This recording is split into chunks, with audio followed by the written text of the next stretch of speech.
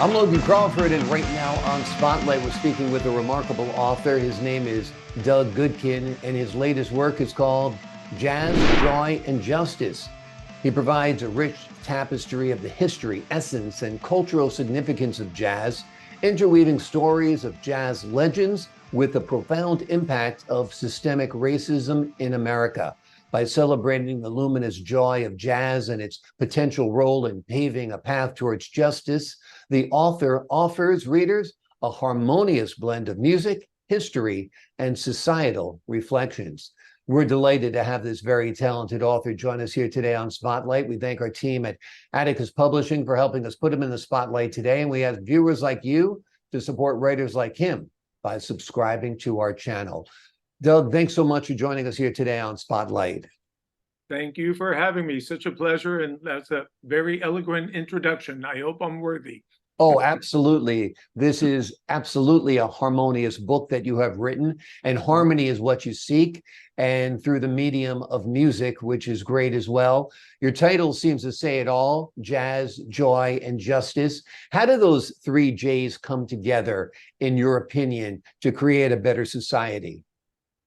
Yeah, well, first of all, the title was a bit of an accident. I was writing about Ella Fitzgerald and actually doing a Zoom class with people, and I read this sentence about how that personified her life of jazz, joy, and justice. And then I thought, oh, that would be a great title for the book. And everybody said yes. So, yeah, those things we don't often think of together. And this is part of the reason for me to try to put them together, is that people can enjoy jazz without ever once thinking about what people went through to make that music and bring us such happiness, without thinking about the justice component. And then likewise, people can work for justice without knowing anything about jazz. And the thread connecting them is the fact that, jazz is an extraordinarily joyful music that was born out of great grief and sorrow, but a beautiful triumph, kind of like the lotus coming out of the swamp. And working for justice is difficult, but can also be joyful. And if we forget the joy of it and just get beaten down by the difficulty of it, then we don't work as effectively. So this idea of that, there should be joy in working for justice, there should be justice in thinking about jazz, and there should be jazz music throughout the whole thing to keep us uplifted. That was kind of the thinking.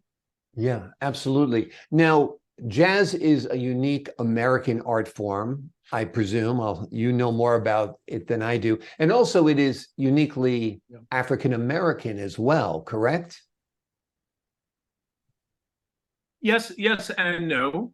I mean, it was the blend of West meets West, meaning that West Europe and West Africa met in the New World in very brutal circumstances. It was not a happy marriage. It was a forced marriage, but nevertheless, a child came out of that was neither African nor European, and that, an African American who had to completely reinvent himself and herself with a new language and new instruments and a new land and, a new way, a new religion, a new way of thinking.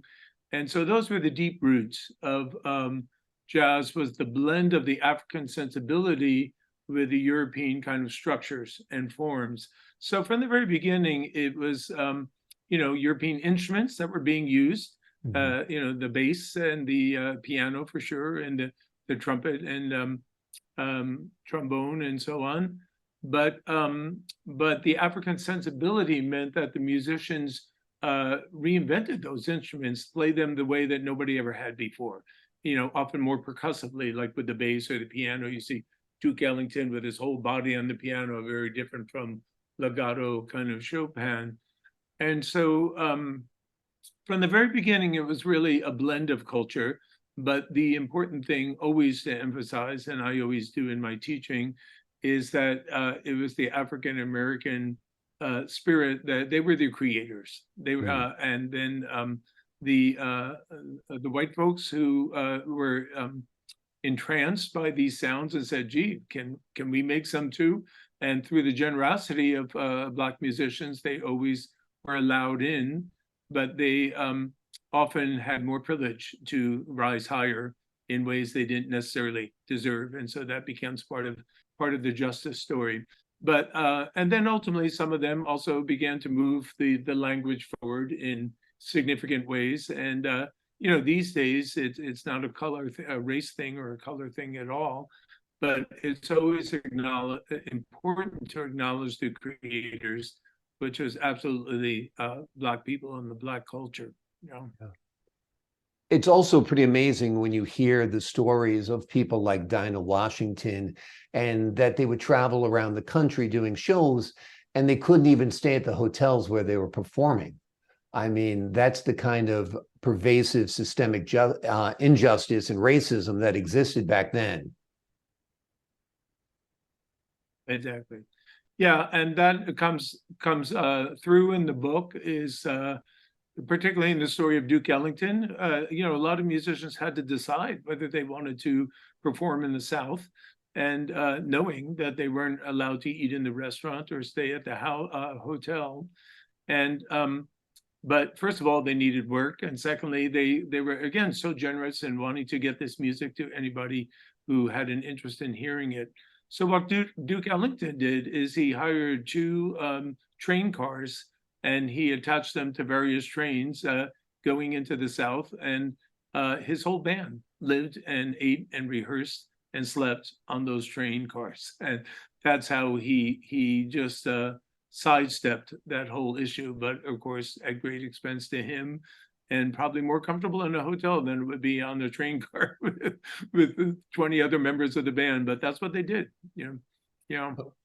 Amazing. And so many stories like that. I mean, this is part of the title, The Stories Every American Should Know, is that people don't know these stories. They don't know what people went through. They don't know how to thank them for what they went through, and how to stop the kind of narratives and cultural ideas that made that happen and continue to make injustice happen. So by hearing the stories, my hope is that all people will feel a little sense of, my gosh, that's outrageous. How could they do that? I never knew. And particularly to begin with children, who have such a great concept of what is fair and what is not fair, and to let them know, they get outraged if their classmate gets one peanut more than they got when they pass out snack. Right. They really care about fairness. So we want to keep that idea, and not only make it a personal thing, but make it a larger thing where they're concerned about fairness. And you can see kids, I have seen kids just say, why did they do that? How did that happen? I don't understand it. And then they begin to be educated in the way things have happened in this country. And that is the first step towards stopping it and changing it. Absolutely. Yeah. Awareness definitely is the first step. And so that's one of the great services that your book does. Tell us, besides Duke Ellington, who do you look at in your book to give us a perspective on jazz and racism and justice? Yeah, so many. First of all, mostly people who are not alive today. I think actually all the people are not alive today, which doesn't mean that the story's over. There are plenty of jazz musicians living today going through similar kinds of things, but it definitely has changed, and it's not as strong or out front as some of those original transgressions were. But I start pretty much where almost all jazz starts, with Louis Armstrong, and then we go all the way up to John Coltrane and Dave Brubeck and Dizzy Gillespie, and they all lived different ages, but some of them lived into the 90s, so that's kind of where it stops. But I just wanted to have a variety of people, so and a mix of people, and there are some white musicians as well: Benny Goodman, Dave Brubeck, and Frank Sinatra. And there's also a couple of white folks that weren't musicians at all, but allies, Marilyn Monroe and Bob Hope in particular. And then after that, just the people you might expect who are quite well known, like Louis Armstrong, Duke Ellington, and Miles Davis, Charlie Parker, Dizzy Gillespie, Thelonious Monk. but some people who are not quite as well known that deserve to be, like Hazel Scott, for example, is a great example of somebody who is an extraordinary pianist and band leader and actress as well, who the reason we kind of don't hear about her is because of what happened during the McCarthy hearings, where she spoke back to McCarthy even though she had not been a member of the Communist Party. And her career that had been on the rise was she had the first TV show. Actually, this was in 1950 or so. She was a Black woman who had hosted a TV show, but after the McCarthy hearings, they immediately canceled it and did other things that roadblocked her career. And she ended up moving to Europe for a while, the way many people did, and we just never heard of her again. Yeah. But part of the excitement for me about the book is not only to hear the stories, but for the kids to actually see the artists on YouTube. And of course, this was a challenge that you can't just put a link in a book that they click on with their phone. So somebody actually has to enter a couple of words. But when you see Hazel Scott performing on two pianos, one hand on one on the other, you just think, who is this extraordinary human being and why haven't I ever heard of her? And that's what I hope the kids, both the kids certainly have not heard of many of them, but most American adults have not either. And so I hope they will also have this beautiful world open to them, that they can inspire them to not only enjoy the music, but again, to think about the social issues. You know, Doug, you talked a little bit about YouTube videos, and I feel like your book has kind of put together the structure for a wonderful documentary entitled Jazz, Joy, and Justice, because it would take it off of the page and give it the elements that you need to bring it to life, which are music and performers and that type of charisma as well. Have you thought about that as well, about producing this as a documentary, perhaps? That is a fantastic idea. I didn't think about it because I don't have much connection to the film world, although actually now I do, because there was a film made about my last year at school, and maybe I should talk to that filmmaker. She made a film called The Secret Song, and that is playing at film festivals around the country, and soon in movie theaters, I would hope. But yeah, maybe I should talk to her, because it's you're absolutely right that all the videos are there, like all the videos I want to show to the kids then could be woven into the documentary with the stories narrated alongside. And of course, there's more stories and there's more people that had stories as well. So thank you for that great idea. And if there's anybody out there in the listening audience that wants to take that on, get in touch with me. Exactly, exactly. Hollywood, if you're listening, the name of the book is Jazz, Joy, and Justice. It is written by Doug Goodkin. It is an amazing book. It provides a rich tapestry of the history, the essence, and the cultural significance of jazz. He interweaves the stories of jazz legends with the profound impact of systemic racism in America. And it's funny, when I was thinking about my favorite jazz artists today, Doug, it's like, well, I love cool jazz from the West Coast. I like Chet Baker. I love Dave Brubeck.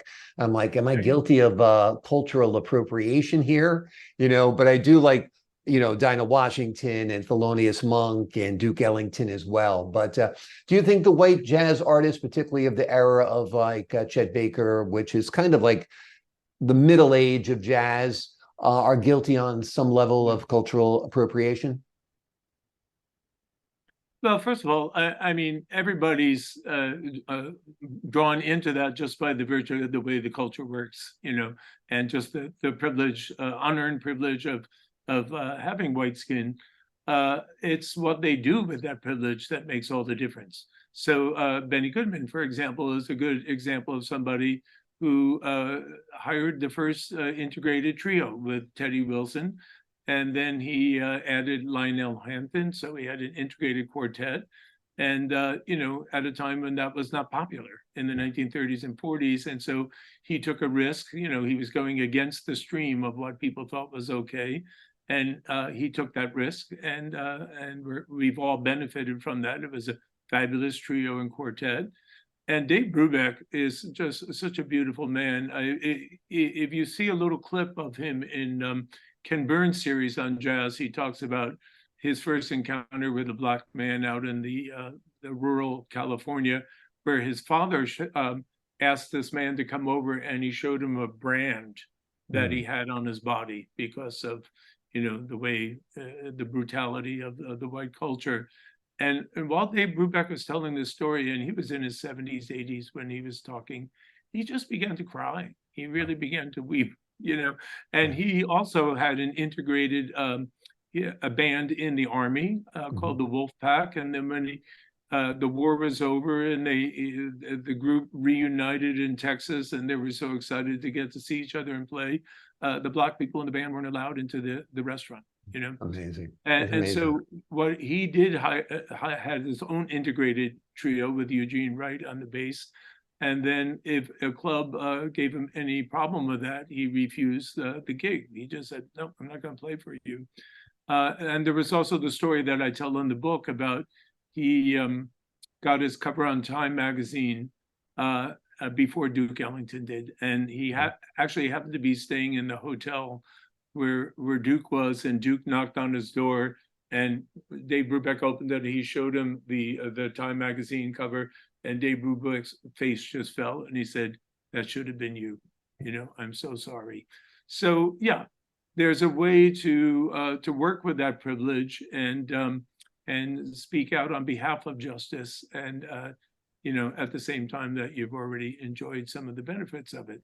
But of course, none of those musicians would have enjoyed the benefits without being excellent musicians. Exactly. And exactly. Even if they learned at the feet of Black culture, many Black musicians were in turn inspired by white musicians, like Joe Henderson used to say how he used to listen to Stan Getz, because and the way Miles Davis was another one who hired Bill Evans against kind of flack from the Black jazz community. Why you're hiring this white guy? He said, you can find me somebody who plays the way this man does, I'll hire him. But for me, it's about the music. And those are the attitudes that break down the barriers, because we all stand on each other's shoulders. Glad I asked that question. It was great responses from you, Doug. Thanks so much for joining us here today on Spotlight.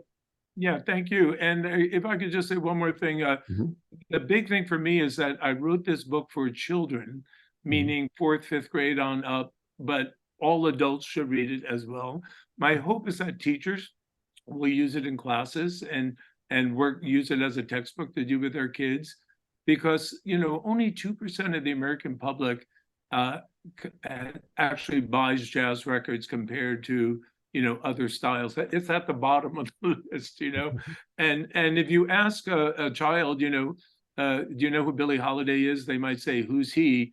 Or how about Louis Armstrong? Oh yeah, he was the guy on the moon. No, right, exactly. Adults would say the same thing. So we really, the stories every American should know. I just really want to make sure that children come up knowing these stories and getting to know these musicians who can bring them comfort and joy and inspiration every day of their lives through their music.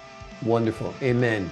Doug, thanks very much. To the folks at home, I'm Logan Crawford, thanking you for your time this time. Until next time on Spotlight. Thank you, sir.